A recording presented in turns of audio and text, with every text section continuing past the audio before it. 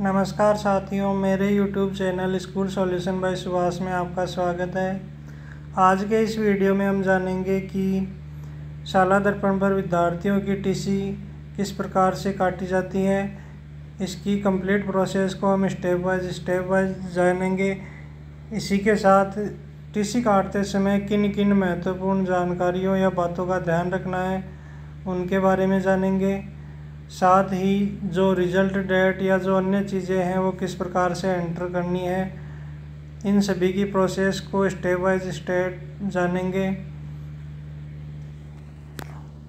साथ ही मेरे साथियों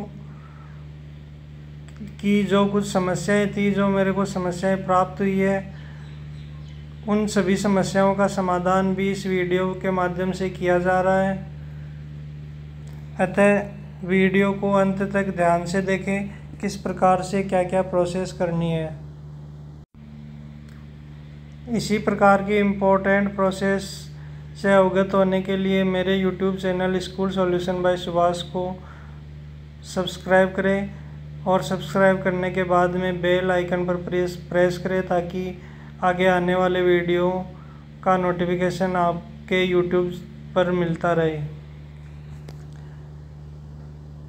तो आइए देखते हैं किस प्रकार से टीसी काटने की प्रोसेस है। विद्यार्थी की टीसी काटने के लिए आपको शाला दर्पण की मेन साइट में स्कूल लॉगिन आईडी, पासवर्ड और कैप्चा डालकर लॉगिन कर लेना है। लॉगिन करने के बाद में इस प्रकार का इंटरफेस खुलेगा जिसमें टीसी काटने के लिए विद्यार्थी वाले टैब पर क्लिक करना है। विद्यार्थी वाले टैब पर क्लिक करने के बाद में इस प्रकार के ऑप्शन खुलेंगे जिसमें आपको टीसी जारी करे वाले ऑप्शन पर क्लिक करना है। जैसे ही टीसी जारी करे वाले ऑप्शन पर क्लिक करेंगे, कुछ इस प्रकार की विंडो खुलकर सामने आएगी जिसमें कुछ महत्वपूर्ण निर्देश दे रखे हैं संस्था प्रदान के लिए। तो इन महत्वपूर्ण निर्देशों को ध्यान से पढ़ना है। क्या क्या दे रखा है। महत्वपूर्ण निर्देशों में यह दे रखा है कि टीसी जारी करते समय जो भी विद्यार्थी का डेटा है वो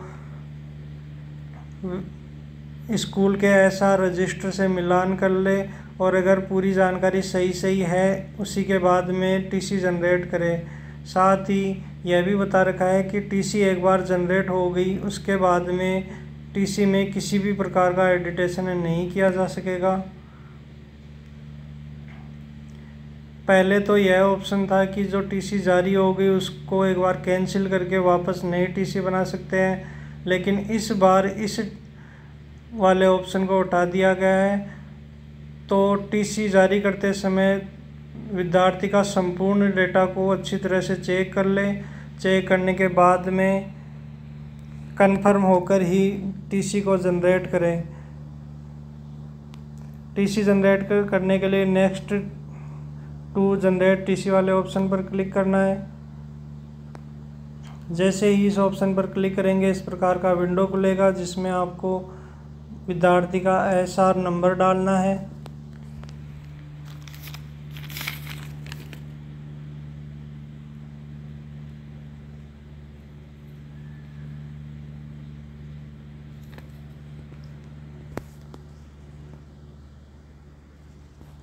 विद्यार्थी का एसआर नंबर डालने के बाद में सर्च वाले ऑप्शन पर क्लिक करना है। जैसे ही सर्च वाले ऑप्शन पर क्लिक करेंगे इस प्रकार का इंटरफेस खुलेगा जिसमें विद्यार्थी का एसआर नंबर दे रखा है, last class of previous school दे रखी है, नाम दे रखा है, डेट ऑफ बर्थ दे रखी है और टीसी स्टेटस दे रखा है। और एक्शन वाला जो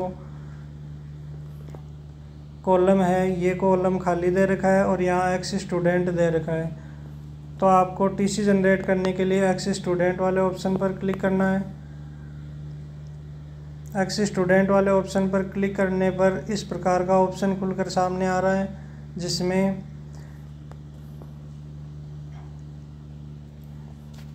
क्या विद्यार्थी विवरण प्रपत्र भरा जा चुका है, अर्थात जो प्रपत्र 9 है वो कंप्लीट भरा जा चुका है। अगर आपके केस में यह कंप्लीट भरा हुआ नहीं है तो यहाँ पर जो मेरे केस में ग्रीन पर राइट का निशान आ रहा है यहाँ पर आपके क्रॉस का निशान आ सकता है। अगर क्रॉस का निशान आ रहा है तो विद्यार्थी के प्रपत्र 9 को कंप्लीट करें। यह प्रपत्र 9 विद्यार्थी टैब में जाकर प्रपत्र 9 के नाम से एक ऑप्शन है वहाँ पर मिल जाएगा, जिसमें सेशन, क्लास और सेक्शन चूज करके संबंधित विद्यार्थी का प्रपत्र 9 कंप्लीट करना है। फिर आ गया है, क्या विद्यार्थी की प्रथम प्रवेश कक्षा की प्रविष्टि भरी जा चुकी है? भरी हुई है तो यहाँ पर यस का ये राइट का निशान आएगा। अगर भरी हुई नहीं है तो क्रॉस का निशान आएगा। क्या विद्यार्थी ने अध्ययन प्रमाण पत्र प्राप्त कर लिया है? अर्थात विद्यालय से विद्यार्थी को एक अध्ययन प्रमाण पत्र दिया जाता है, वो प्राप्त कर लिया है तो यहाँ पर यस करना है और सबमिट वाले ऑप्शन पर क्लिक करना है।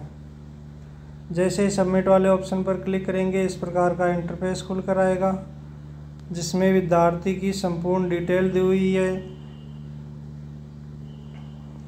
स्टूडेंट रिलेटेड इन्फॉर्मेशन दे रखी है, ऐसा नंबर, मम्मी पापा का नाम, डेट ऑफ बर्थ, ये सभी दे रखा है, क्लास दे रखी है, लास्ट कौन सी क्लास में स्टडी करी थी, विद्यार्थी की डेट ऑफ बर्थ आ जाएगी, जिसको आप यहाँ से एडिट कर सकते हो।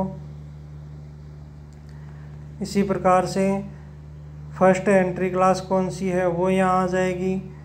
इसी प्रकार से पूर्व विद्यालय के अंतिम कक्षा का परिणाम, यानी कि जो पूर्व विद्यालय था वहाँ पर जो लास्ट क्लास में स्टडी करी थी उसका परिणाम क्या है, तो परिणाम वाले ऑप्शन में यहाँ जाएंगे तो उत्तीर्ण, अनुत्तीर्ण, अध्ययनरत और ANA लिखा हुआ आएगा।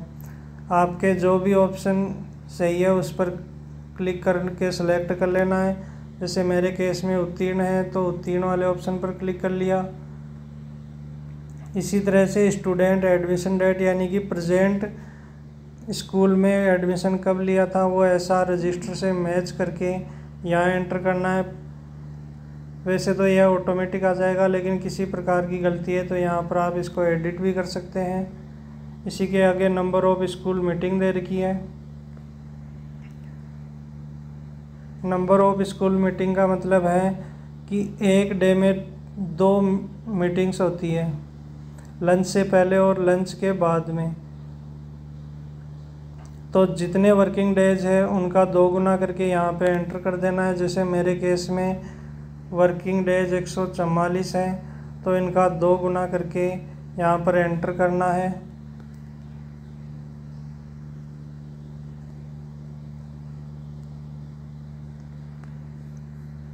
आगे वाले ऑप्शन में है number of meeting in which present, यानी कि प्रेजेंट में जो बच्चा है वो कितने दिन प्रेजेंट रहा, कितने मीटिंग्स में प्रेजेंट रहा वो डालनी है। जैसे मेरे केस में 206 मीटिंग है, यानी कि वर्किंग डे, ये प्रेजेंट डेज है 103 तो मीटिंग्स होगी 206। यहाँ मीटिंग्स एंटर करने के बाद में एग्ज़ाम सिस्टम दे रखा है, ग्रेड प्रणाली, और एग्ज़ाम रिज़ल्ट दे रखा है उत्तीर्ण। यहाँ ध्यान देना है कि जो एग्ज़ाम रिज़ल्ट है, अगर आप बोर्ड कक्षाओं की TC काट रहे हैं तो यहाँ ख़ास तौर से ध्यान देना है कि यहाँ पर उत्तीर्ण है या क्या है। मेरे केस में यहाँ उत्तीर्ण है। यहाँ उत्तीर्ण इसलिए है क्योंकि मैंने विद्यार्थी टैब में रिजल्ट एंड प्रमोशन में जाकर इस विद्यार्थी को प्रमोट किया हुआ है।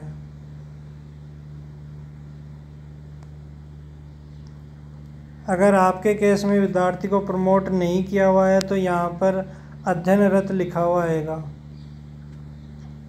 अगर आपके केस में यहाँ अध्ययनरत लिखा हुआ है तो सबसे पहले विद्यार्थी को प्रमोट करें। प्रमोट किस प्रकार से किया जाता है उसका वीडियो इस वीडियो के डिस्क्रिप्शन में उस वीडियो का लिंक मिल जाएगा, वहाँ से आप संपूर्ण प्रोसेस को जान सकते हैं। इसके आगे वेदर फेल्ड, यानी कि जो विद्यार्थी है वो फेल हुआ है, कितनी बार फेल हुआ है। अगर फेल नहीं हुआ है तो यहाँ पर आपको 0 एंटर करना है। फिर डेट ऑफ एग्ज़ाम रिज़ल्ट, यानी कि संबंधित क्लास का रिज़ल्ट कब आया था वो डेट एंटर करनी है। अलग अलग कक्षाओं की अलग अलग रिज़ल्ट डेट है, वो रिज़ल्ट डेट मैं आपको बता देता हूँ किस प्रकार से है। विभिन्न क्लासों के रिजल्ट डेट इस प्रकार से हैं। जैसे कक्षा 5 है तो उसका रिजल्ट 8 जून 2022 को डिक्लेयर हुआ था, अर्थात अगर आप कक्षा 5 के बालक की टीसी काट रहे हैं तो रिजल्ट डेट में एंटर करना है 8/6/2022। इसी प्रकार से अगर कक्षा 8 का विद्यार्थी है तो उसके लिए 8/6/2022 आएगी। अगर कक्षा 10 का विद्यार्थी है और इसके टीसी काट रहे हैं तो उस रिजल्ट डेट 13/6/2022 आएगी।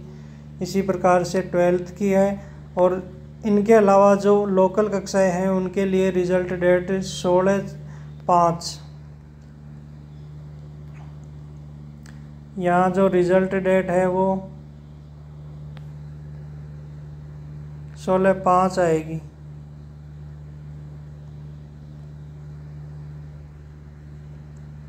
सोलह 5/22 इस प्रकार से रिजल्ट डेट है।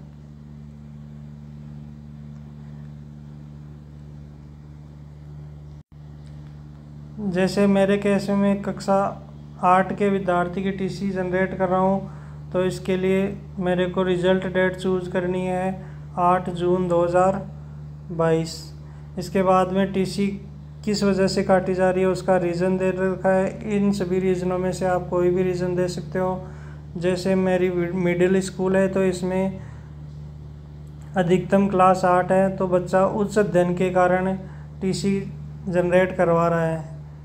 इसके साथ विद्यार्थी का चरित्र प्रमाण पत्र या चरित्र किस प्रकार का है, मेरे केस में बहुत अच्छा है। और फिर लिविंग डेट वो डेट आएगी जिसमें विद्यार्थी स्कूल को लीव कर रहा है, अर्थात जिस दिन टीसी जारी की जा रही है वो डेट ही विद्यार्थी की लिविंग डेट आएगी। इतना सब कंप्लीट करने के बाद में टीसी जारी करनी है। टीसी जारी करने के बाद इस प्रकार का मैसेज आता है जिसमें ओके पर क्लिक करना है। ओके पर क्लिक करने के बाद में विद्यार्थी की ड्राफ्ट टीसी बनकर आपके सामने शो होने लग जाएगी, जिसमें टीसी इश्यू डेट दे रखा है और टीसी नंबर। ये ड्राफ्ट टीसी है तो यहाँ पर इस टीसी को प्रिंट नहीं करना है, इसको क्लोज करके इस प्रकार की विंडो खुलेगी जिसमें आपको पहले जो टीसी स्टेटस था, जहाँ से टीसी काटना शुरू किया था, यहाँ एक्स स्टूडेंट था, अब यहाँ टीसी जनरेट करने के बाद में एडिट ड्राफ्ट टीसी आ गया है, अर्थात जो अभी कंफर्म नहीं है केवल ड्राफ्ट टीसी है, इसको आप एडिट भी कर सकते हो इस वाले ऑप्शन से। इसी के साथ में जो एक्शन वाला कॉलम खाली था वहाँ व्यू एंड कंफर्म टीसी आ गया है। अगर टीसी बिल्कुल सही है, डेटा बिल्कुल सही है तो यहाँ व्यू एंड कंफर्म टीसी कर सकते हैं। जैसे ही व्यू एंड कंफर्म टीसी वाले ऑप्शन पर क्लिक करेंगे संबंधित बच्चे की टीसी इस प्रकार से सामने शो होने लग जाएगी, जिसमें टीसी इश्यू डेट दे रखी है और बुक नंबर दे रखा। बुक नंबर के लिए मैसेज आ रखा है वह जनरेट वैन कंफर्म, यानी कि जब आप इस वाले ऑप्शन से जो नीचे ऑप्शन है यहाँ से कंफर्म करोगे उसके बाद में बुक नंबर आपके सामने शो होने लग जाएगा।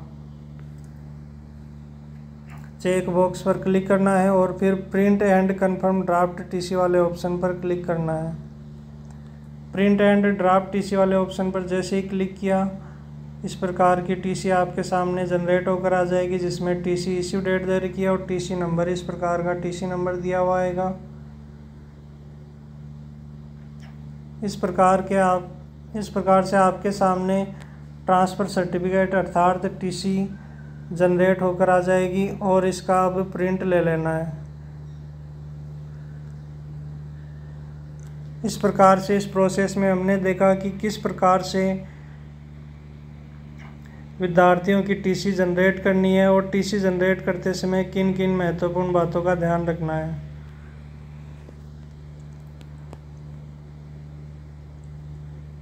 अब अगर किसी कारणवश जो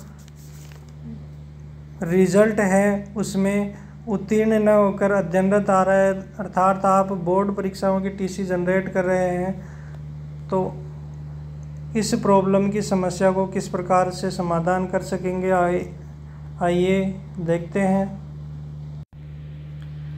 जैसे मैं कक्षा 8 के बालक की विद्यार्थी की टीसी जनरेट कर रहा हूं, जिसका एसआर नंबर इस प्रकार से है।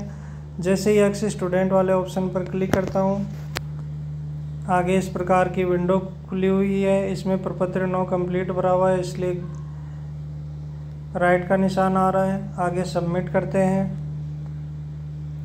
सबमिट करने के बाद में विद्यार्थी का कंप्लीट डेटा सामने आ जाएगा और यहाँ ध्यान से देखते हैं कि जो एग्ज़ाम रिज़ल्ट है वो अध्ययनरत आ रहा है। ये एग्ज़ाम रिज़ल्ट अध्ययनरत इसलिए आ रहा है क्योंकि मेरे द्वारा जो कक्षा 8 का यह बोर्ड एग्ज़ाम वाला जो बच्चा है उसको मैंने प्रमोट नहीं किया हुआ है। अर्थात विद्यार्थी टैब में जो रिज़ल्ट एंड प्रमोशन वाला ऑप्शन है उससे इस बच्चे को प्रमोट नहीं किया हुआ है। इस वजह से यहाँ पर यह अध्ययनरत आ रहा है। तो यहाँ पर यह अध्ययनरत का ऑप्शन किस प्रकार से हटेगा उसको देखते हैं। अध्ययनरत वाले ऑप्शन को हटाने के लिए आपको सबसे पहले विद्यार्थी टैब में जाना है। विद्यार्थी टैब में जैसे ही क्लिक करेंगे इस प्रकार की विंडो खुल कर आएगी, जिसमें आपको रिजल्ट एंड प्रमोशन वाले ऑप्शन पर क्लिक करना है। जैसे ही रिजल्ट एंड प्रमोशन वाले ऑप्शन पर क्लिक करेंगे इस प्रकार की विंडो खुल कर आएगी, जिसमें आपको लास्ट सेशन चूज़ करना है, 21-22 क्लास चूज़ करनी है और सेक्शन चूज़ करना है और गो वाले ऑप्शन पर क्लिक करना है। जैसे ही गो वाले ऑप्शन पर क्लिक करेंगे ये एसआर नंबर 1145 का एक बालक है।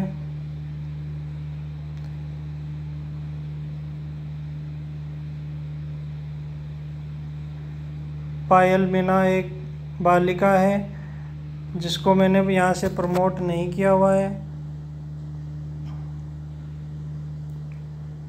अब जैसे ही यहाँ से प्रमोट कर देंगे, पायल मीना प्रमोट वाले ऑप्शन पर क्लिक करते हैं और सेव करते हैं। यहाँ पर एक मैसेज आएगा सक्सेसफुली का, इसको क्लोज कर देना है। तो यहाँ आप देख रहे हैं कि यह बालिका कक्षा हाईएस्ट कक्षा के लिए प्रमोट हो चुकी है। अब पुनः इस बालिका की टीसी जनरेट करके देखते हैं। विद्यार्थी टीसी जारी करें। जैसे ही टीसी जारी करते हैं ऐसा नंबर डालना है।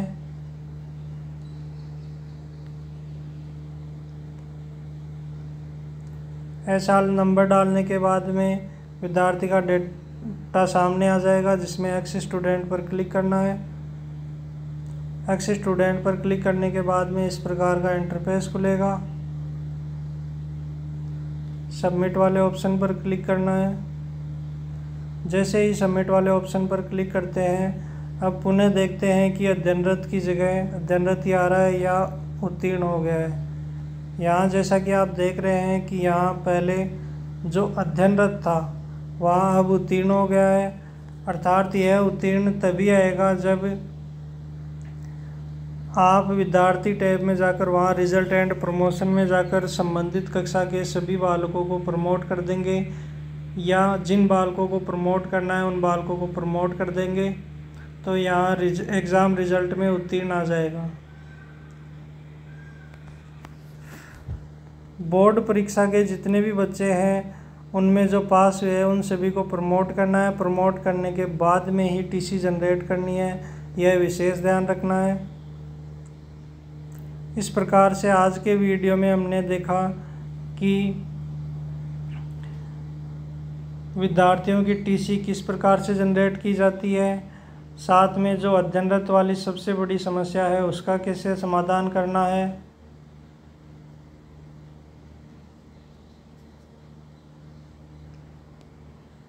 इसी के साथ जो स्कूल मीटिंग और जो स्टूडेंट मीटिंग है वो किस प्रकार से एंटर करनी है, इन सभी की प्रोसेस को लाइव देखा है। तो आज के वीडियो में बस इतना ही था।